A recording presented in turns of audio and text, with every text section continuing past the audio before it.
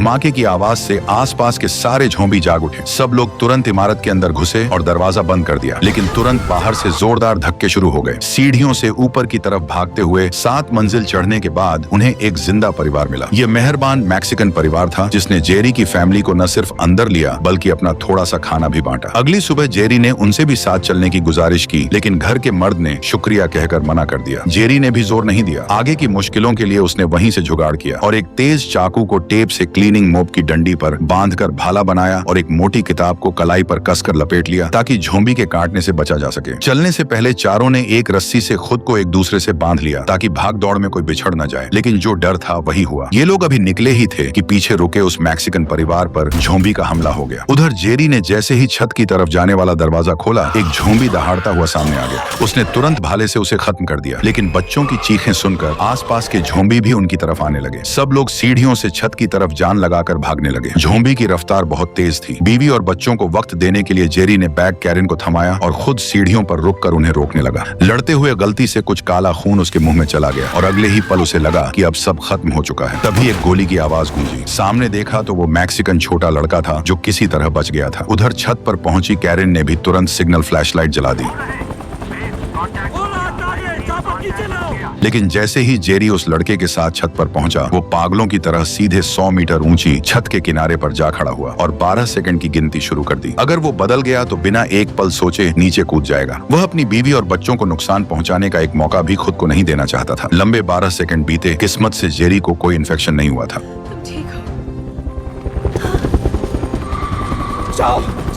लेकिन खुशी मनाने का वक्त नहीं था, क्योंकि सीढ़ियों से झोंबी की दहाड़ों की आवाज आने लगी थी। जेरी एक बार फिर रुक गया और बीवी, बच्चों और उस लड़के को पहले हेलीकॉप्टर में चढ़ाया। जब सैनिकों ने बंदूकें तान कर जेरी को कवर दिया तो एक बेहद दर्दनाक नजारा सामने था। सबसे आगे दौड़ता झोंबी कोई और नहीं बल्कि वही मैक्सिकन आदमी था जिसने कल रात उन्हें जगह दी थी।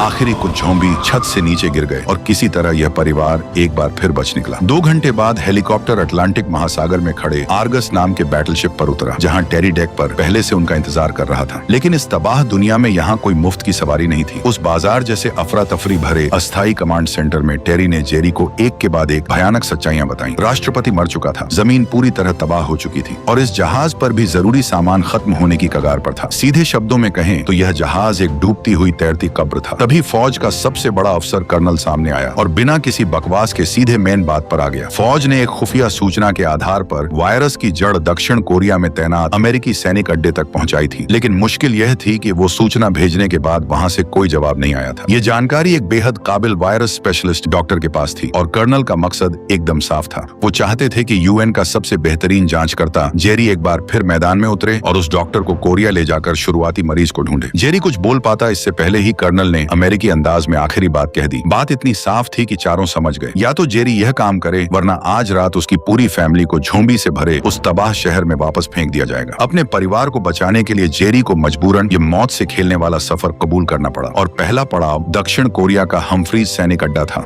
वही जगह जहां से वो खुफिया संदेश आया था। उड़ान के दौरान वो डॉक्टर जो अपनी काबिलियत पर बहुत भरोसा रखता था, पूरे रास्ते जेरी को अपनी थ्योरी समझाता रहा। उसने कहा कि प्रकृति के इस मौत के खेल की पहेली को सुलझाने का तरीका प्रकृति में ही छुपा होता है और हमें बस वही ढूंढना है, लेकिन यह आसान बिल्कुल भी नहीं होगा। डॉक्टर की यह बात पूरी फिल्म की सबसे अहम बात थी, लेकिन जिस शान से यह किरदार आया था उसके जाने का तरीका उतना ही हैरान करने वाला था। तूफानी रात में जहाज कोरियाई अड्डे पर उतरा। दरवाजा खुलते ही अंधेरे में झोंबी आवाज सुनकर टूट पड़े। जिंदगी में हमेशा किताबों में रहने वाले उस डॉक्टर ने यह खूनी मंजर कभी नहीं देखा था। डर के मारे वो पलटकर भागने लगा, लेकिन जहाज की सीढ़ी पर पैर फिसल गया और बदकिस्मती से हाथ में पकड़ी बंदूक चल गई और एक ही गोली में वो खुद ही खत्म हो गया। उसी वक्त वहाँ के सैनिक बाहर आए और उनकी घनी गोलीबारी की आड़ में जेरी और बचे हुए लोग किसी तरह अड्डे के अंदर घुसे। थोड़ी देर बाद जेरी उस खुफिया संदेश में बताई जगह पर पहुंचा, लेकिन वहाँ का नजारा देखकर उसके पैरों तले जमीन खिसक गई, क्योंकि वहाँ कोई जिंदा मरीज नहीं था और न ही कोई वायरस का नमूना। वह पूरा कमरा बस राख से भरा था। सैनिकों ने बताया कि शुरुआत में वह एक भागा हुआ जवान था जिसने जांच करने आए डॉक्टर को काटकर मार दिया था और फिर पूरा अड्डा तबाह हो गया। वो खुफिया संदेश उसी डॉक्टर की आखिरी चेतावनी थी और सैनिकों ने वायरस को रोकने के लिए उस कमरे को शुरुआती मरीज समेत जला दिया गया था। यह सुनकर जेरी पूरी तरह निराश हो गया। वह वहां से निकल ही रहे थे कि तभी एक कोने में लोहे के पिंजरे में बंद एक अजीब आदमी खुद से बड़बड़ाता हुआ दिखा। पता चला यह CIA का एक पुराना एजेंट है जो हथियार बेचने के जुर्म में पकड़ा गया था। जेरी का जांच करता दिमाग तुरंत जाग गया। पहले उसे लगा जैसे यह बस एक लालची आदमी है, लेकिन उस आदमी ने जेरी के सामने एक के बाद एक ऐसी बातें रखी जो होश उड़ा देने वाली थी। उस बूढ़े ने एकदम सीधे मजाकिया लहजे में जेरी को बताया कि जैसे ही वायरस फैला, उत्तर कोरिया ने 24 घंटे के अंदर फौज लगाकर अपने 2 करोड़ 30 लाख लोगों के सारे दांत निकाल दिए। उनका मोटिव साफ था कि अगर दांत ही नहीं रहेंगे तो कोई एक दूसरे को काट ही नहीं पाएगा और वायरस फैलेगा भी नहीं। यह इंसानी इतिहास की सबसे क्रूर लेकिन सबसे सीधी तरकीब थी। जेरी को लगा यह आदमी बकवास कर रहा है, लेकिन जब जेरी ने विश्वास नहीं किया तो उस आदमी ने एक हैरान करने वाली बात बताई। दुनिया के बाकी देश ज़ोंबी को महामारी या दंगा समझ रहे थे, लेकिन इजराइल ने जैसे पहले से ही भविष्य देख लिया हो। उन्होंने 1 हफ्ते पहले ही पूरे देश की सीमाएं बंद कर दी थी और एक विशाल दीवार खड़ी कर दी थी। यह सुराग अजीब जरूर था, लेकिन जेरी के पास अब कोई और रास्ता नहीं था। बचे हुए सैनिकों के साथ बारिश और ज़ोंबी की उस रात में किसी तरह वह जहाज में चढ़े और सीधे उसी शहर यरूशलेम में जाने की तैयारी करने लगे जिसे लोग बिल्कुल सुरक्षित बता रहे थे। जब जहाज बादलों को चीरता हुआ शहर के ऊपर के पास पहुंचा तो जेरी का मुंह खुला का खुला रह गया। जब पूरी दुनिया ज़ोंबी के हमलों से तबाह हो रही थी, यरूशलेम सच में एक बंद किले की तरह बिल्कुल सही सलामत खड़ा था। और यह सब मुमकिन हुआ था उस एक विशाल दीवार की वजह से जो पूरे शहर को घेरे हुए थी। जल्द ही जेरी की मुलाकात उस हथियार तस्कर के बताए अहम शख्स से हुई, मौसाद के बड़े अफसर जुर्गेन से। जब जेरी ने पूछा कि तुम्हें इसके बारे में पहले से कैसे पता चला, तो जुर्गेन ने एक बेहद कड़ा खुफिया नियम बताया। 10वें आदमी का नियम, यानी जब 9 लोग एक ही जानकारी देखकर एक ही नतीजे पर पहुंचे तो 10वें आदमी को हर हाल में उल्टा सोचना होगा और सबसे बुरी संभावना मानकर सबूत ढूंढने होंगे। जुर्गेन वही 10वां आदमी था जिसने मान लिया था कि ज़ोंबी सच में दुनिया तबाह कर देंगे। इसी सोच की वजह से इजराइल ने पहले ही यह दीवार खड़ी की और आखिरी बची हुई जमीन बचा ली। और इस वक्त उस दीवार के अंदर बचे हुए लोग जश्न मना रहे थे जैसे सच में किसी बाग में हो। लेकिन इस तबाह दुनिया में सबसे खतरनाक चीज यही बेफिक्री थी।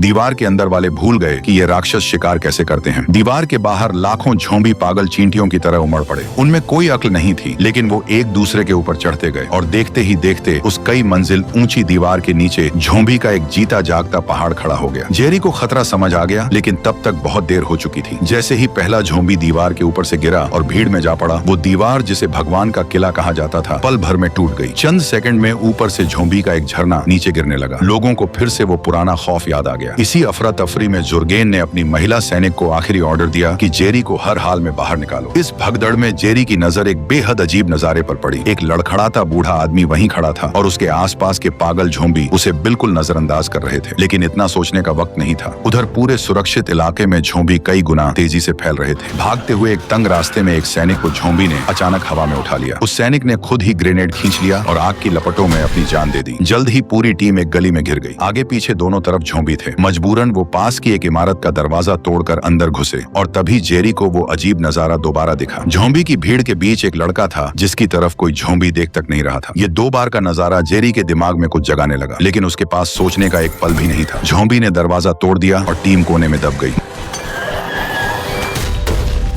महिला सैनिक सेगेन ने यह सोचकर कि सब खत्म हो गया झांक कर देखने की कोशिश की। तभी एक ज़ोंबी ने झपट्टा मारा। सेगेन ने तुरंत उसे मार गिराया, लेकिन नीचे देखा तो हाथ पर दांतों के निशान थे। बिना एक पल गवाए जेरी ने सेगेन की तलवार निकाली और एक ही वार में उसका बायां हाथ काट दिया। फिर उसने खून बहते जख्म पर पट्टी बांधी और सांसें रोककर गिनती शुरू कर दी। पास खड़े सैनिक ने बंदूक सीधे सेगेन के सिर पर टिका दी, लेकिन 12 सेकंड बीते और सेगेन तड़पने के अलावा कुछ नहीं बदली। लेकिन जैसे ही सब बाहर निकले और हेलीकॉप्टर की तरफ बढ़े तो एक और मुसीबत सामने आ गई। पास की इमारत की छत पर खड़े ज़ोंबी बारिश की बूंदों की तरह सीधे हवा में कूद पड़े और पलक झपकते ही वो बचाव का हेलीकॉप्टर ज़ोंबी के बोझ तले दबकर बेकाबू हो गया और सीधे जाके तबाह हो गया। लेकिन मुसीबत यही नहीं रुकी। जैसे ही ज़ोंबी का कहर टूटा, जेरी जिस फौजी जहाज से आया था वो उसे वहीं छोड़कर भाग निकला। जब वो लोग जान की बाजी लगाकर किसी तरह रनवे तक पहुंचे तो वो जहाज उनके सिर के ऊपर से गुजर चुका था। पूरी तरह टूट चुके उन लोगों की नजर पास ही खड़े एक पैसेंजर प्लेन पर पड़ी। अब यही एकमात्र रास्ता था। कानून की परवाह किए बिना बचे हुए लोग उस जहाज की तरफ दौड़े और सीधे कॉकपिट के सामने जाकर बंदूक तान दी। मजबूर पायलट ने प्लेन रोककर दरवाजा खोला और कटे हाथ वाली सेगेन और जेरी को लेकर यरूशलेम की उस नरक से उड़ान भरी। प्लेन हवा में पहुंचा तो थके हुए जेरी ने फर्स्ट एड बॉक्स निकाला और सेगेन के जख्म साफ करने लगा। अपना कटा हाथ देखकर हमेशा मजबूत रहने वाली सेगेन ने कड़वी हंसी के साथ कहा कि अब तो मैं बोझ बन गई हूँ। बोझ शब्द सुनते ही जेरी के चेहरे पर एक अजीब सी जकड़ आ गई। इस पूरे सफर की सारी यादें तेजी से उसके दिमाग में घूमने लगी। कोरिया के उस अड्डे पर ज़ोंबी की भीड़ भीड़ में सही सलामत खड़ा लंगड़ा आदमी, यरूशलेम की गली में झोंबी के बीच से बेखौफ गुजरता झुका हुआ बूढ़ा और गंजा लड़का। और इस सफर में सुनी वो बातें जो अब तक कानों में गूंज रही थीं। उस पल जेरी को सब समझ आ गया। उस पागल लेकिन शायद पूरी इंसानियत को बचाने वाले अंदाजे को परखने के लिए उसने तुरंत कॉकपिट का दरवाजा खटखटाया।